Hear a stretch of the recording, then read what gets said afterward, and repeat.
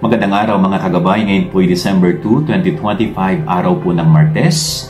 Ako po si Father Marvin at ang ating ebanghelyo ay hango sa ebanghelyo ni San Lucas, chapter 10, verse 21 to 24.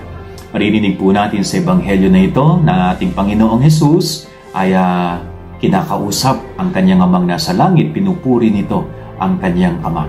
Sapagkat ang ama ay hindi kailanman lumiban, hindi kailanman nakalimot sa mga mabubuting gawa sa pamamagitan ng ating Panginoong Hesus.